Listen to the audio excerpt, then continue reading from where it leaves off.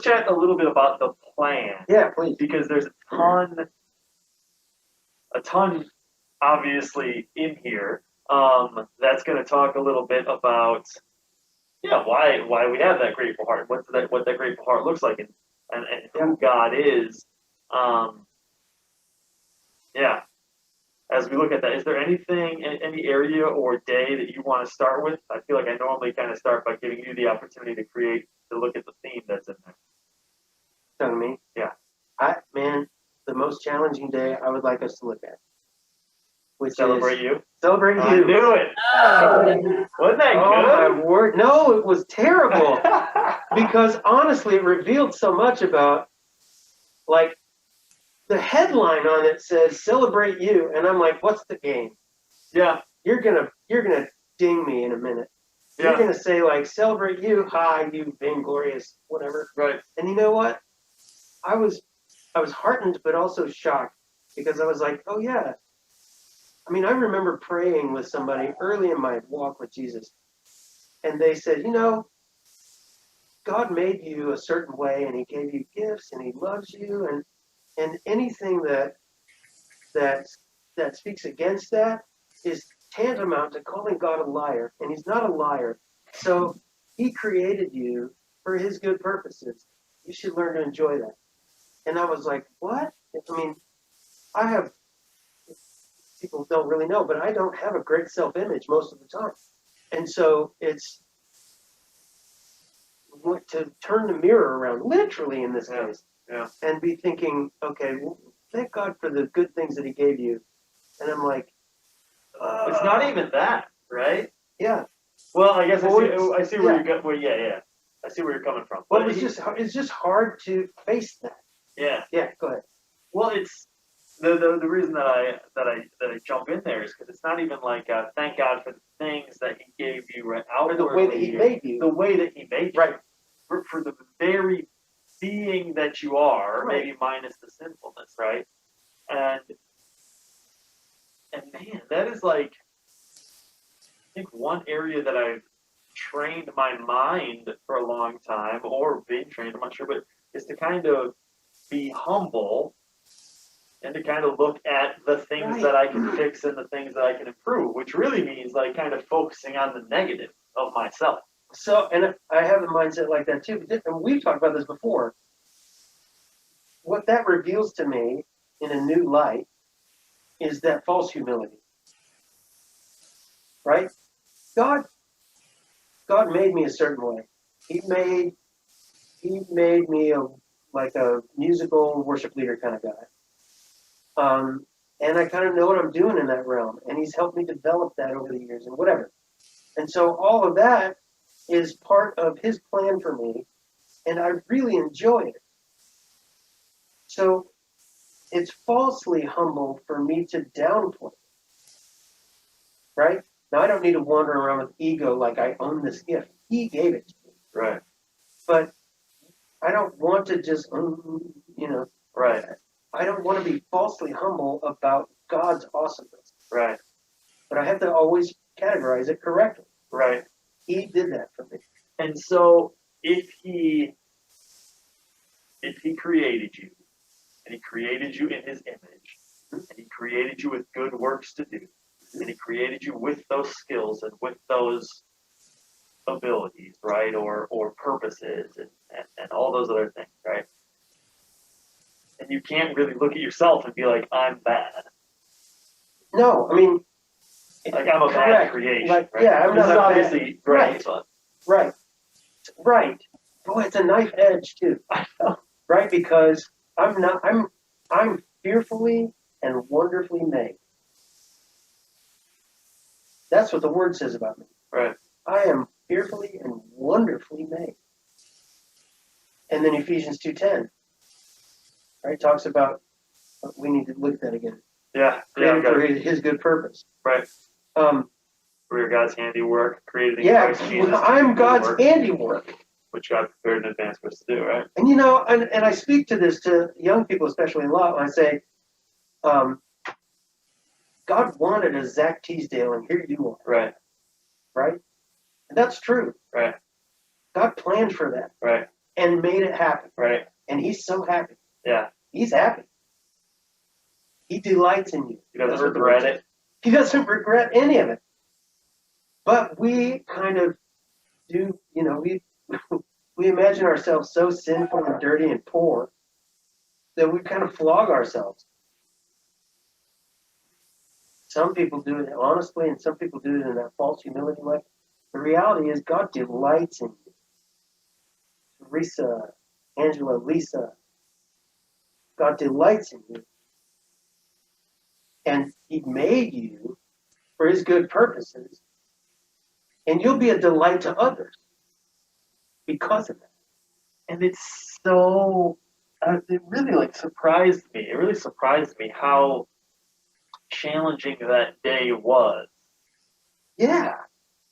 And then also, I guess how like, I guess the language that's the only language that's coming to me right now is just like how different that day was, right? Right. That it was. Think of myself in that lens, and then to really like try and think like, okay, I am. I'm a joy, right, to God. Yes, you are. Right? Not a burden, not an annoyance. Not like, oh, if only he would do this, right? When he gets organized, if he were disciplined, if he were, more patient, if he were, then he has the potential to be a joy to me, right? I would love or like Zach better if Right. God's not really doing that. Right. He's like, I delight in you. Dust yourself off. Let's go. Yeah. Right? I paid for you. Man, You don't have to live in your sin anymore. I paid for you. Let's go. Let's do this thing. Because, right, we're God's handiwork. Man, all the three things that happen in Ephesians 2:10. This is one verse. For we are God's handiwork. Right. Agree? Agree? Hey, Debbie's waiting to be let in. Oh, Thank no! Thanks, Angie. I kept looking up on occasion. She should be coming. There she is. Sorry, Debbie. All right. We're just talking about, we're really getting stuck on day, I think, 7, right? I The think that's Celebrate what it You is, yeah. Day of 21 days to cultivate a grateful heart. So we're unpacking Ephesians 2:10, which is like 3 verses in one. For we are God's handiwork, and everybody nodded and smiled and agreed. You got it, right? Smile, yeah. Teresa smiling, Lisa got it. Yeah. And then 2, created in Christ Jesus to do good works. It's not about works, but that's what you were created to do. Right. But you're not earning anything because you were created in Jesus to do that. That's another topic, but that's part 2 of Ephesians 2:10. So we're God's handiwork. We're created to do good works, which God prepared in advance for us to do. So he knew what kind of person you were going to be in advance. Right. Those 3 parts of Ephesians 2:10, I could just hang out there, for a while. If I could get those 3 things in my thick skull, and that's one verse. It's beautiful. And I think it seems so relevant because I think sometimes if we don't have like an accurate view of ourselves, sometimes messes up the way that we view other people. And then it has a lot, I think, of influence on how we act. Right? So if I'm bad, Oh, yeah. then I can't change. But if I'm bad, then I can't do these good things. Right? But if I've been created to do these good things, and I'm a joy, right? And I'm whatever, then I can love other people in that way. Then I do have that ability. So it's really important, I think, to have that good, healthy self perspective. So this day was it was a good day. I knew you were gonna go with that. It was hard to look in the mirror that day, but it really was a blessing ultimately. Yeah. It's a blessing because I need to dwell on that a little bit. Yeah. I know my sins. I'm just like anybody else. I know where my troubles lie, and I know that I need to give to God. But I don't always deeply know that I'm His handiwork Right. and that He delights in me. I don't. I want to believe that, and some days probably I do. Yeah. But some days I really am like, this is handiwork. Right. This is delightful. Please. Right.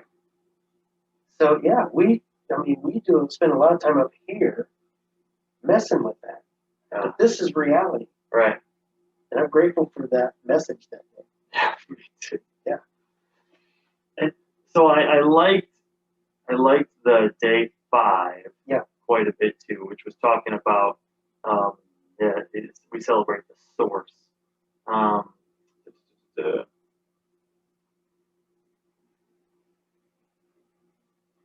James 1:16 and 18. Every good gift and a good and perfect gift is from above. And that's what that was a little bit of my reflection, right? Is that there are these good and perfect gifts, and then how easy it is to confuse those with other things. So you can take things that aren't really from God and then attribute them to God, right? Mm. And there's these good things, and you're like, oh, good, like God gave me this thing, but in reality, I think sometimes it's actually it's a vice, maybe. Say more. Well, I think sometimes we find joy or peace, right? In let's just use TV, right? Okay. Let's say that there's a show that you binge watch, or the shows that you whatever you really really like, and they're kind of where you rest, right? They're where you fall back on, and you really enjoy that rest, right? The day's over, you throw on that show, and there's an area where that could be a gift of God, right? You get to enjoy the creativity of this world, or you get to whatever. But I think one thing that you can use to kind of tell is if you really feel rested and ready to go back to work after that thing, right? Does that thing re-energize you? Might be the best way of saying it, right? But I think a lot of times we take these things that are really just distractions, I'll say, rather than re-energizing you, they're distractions. And we think of those as the good things that God gives us. And then what we do is we lower the value of the good and perfect gifts that He gives us, and we don't actually appreciate the great, perfect things that He gives us, right? So, I mean, when you start talking about the peace, the hope, the confidence, right? These things that when you think about, your mood is changed, your day is changed. You're like, this is powerful stuff, that these gifts that I'm being given, right? It's this patience that I have that I didn't expect to have, right? It's this relationship with somebody who I have that is just a huge blessing, right? There's love here. It reminds me of my value, and a number of different good and perfect gifts that He gives us. Hope, right? The fact that He has overcome the world, right? Yeah. And so instead of looking at these gifts that He's given us as these phenomenal, incredible things, I'm like, yeah, God, thanks for TV. Right? Yeah. Okay. Yeah. I think sometimes, and so this is where, like, when it encourages us to write stuff out. Sometimes it's hard to get a grip on what a good and perfect gift is, because don't we all believe that that's a matter of perspective? It's a matter of what you think is good. Yeah. Right? So, and I'm not picking on TV, but like for my Go ahead. 12-year-old, a video game or TV show Correct. is a good gift. It's a good gift. But for me, it might be some piece of music or something instead that's a good gift. But that's not the same good that God is talking about. That's what yes. Right. Correct. Because His good is good, and our good is acceptable, it's cool, it's fun, or whatever category you want. But like a good gift is something that we can't even give. Does that make sense? We're not even able to bestow I can't give you as good a gift Sure. as He is able to drop on you. Right. Right? I can't conjure for you a wife and family. Right. Right? If I even participated in that process, it might be to introduce Right. people to each Yep. other. But still, God is. If I'm an instrument at all, God's using me. God dropped an awesome wife and daughter in your family. Right. God dropped awesome family on me. Yeah, and so those are examples in my mind of like what's a good gift. And it's also it's interesting how our perspective is flawed enough that we can perceive these wonderful gifts sometimes wrongly. Right? Like, don't you get tired of certain things sometimes? Yeah. Right? And it's like, even to the extent of like, well, God, why did you give me this gift? Right? But we're stupid because it's a good gift. Yeah. We're just being stupid. Yeah. And that's, I think, the thing that really stands out to me is that will change the way I view things, the way I view God, the way I view whatever. Right? If I have a misunderstanding of those good and perfect gifts. That's right. And so And I think we perpetually do, or I do. Yes. I perpetually have a misunderstanding. Right. And then so then I rely on these not good and perfect gifts for my hope and for my patience, for my whatever. Or at least to kill your time. Or at least to kill my time, which it ends up being what they do. Right. Right. And and then this is probably my last thought, but then now I'm gonna miss it. But I saw a quote from a buddy today about if you're not. Oh, I could find it, but I'm not going to. But my train there, I think, is derailing. But then ultimately, if I am focused on those good and perfect gifts, if I'm focused on my identity and the fact that He loves me, then I am excited to serve Him. I'm excited to love other people. Might be tough, it might be whatever, but my life isn't about easiness or convenience. Right? I don't expect any of that. And it's not my hope. It's not my peace. Like those aren't the convenience isn't the thing that makes my life better. The purpose and the love is the blessing in my life and the good and perfect gifts in my life. So now I'm excited to go and love other people, even if it is going to be very difficult. Right? But I want to do it because that's why I was created and it makes me feel best to have the impact on other people. And so a huge difference in how I'm going to act and behave based on how I view myself and how I view these gifts and how I view. That's my final thought. And that's what this whole 21 days is about. Yeah. It's about the heart condition that we maybe don't know we have. Yeah. Right. You know what's a good question is why do you want to have a grateful heart? That's a great question. I hope we'll get to that. We should talk about that next time. You're good. We need to let them talk, don't we?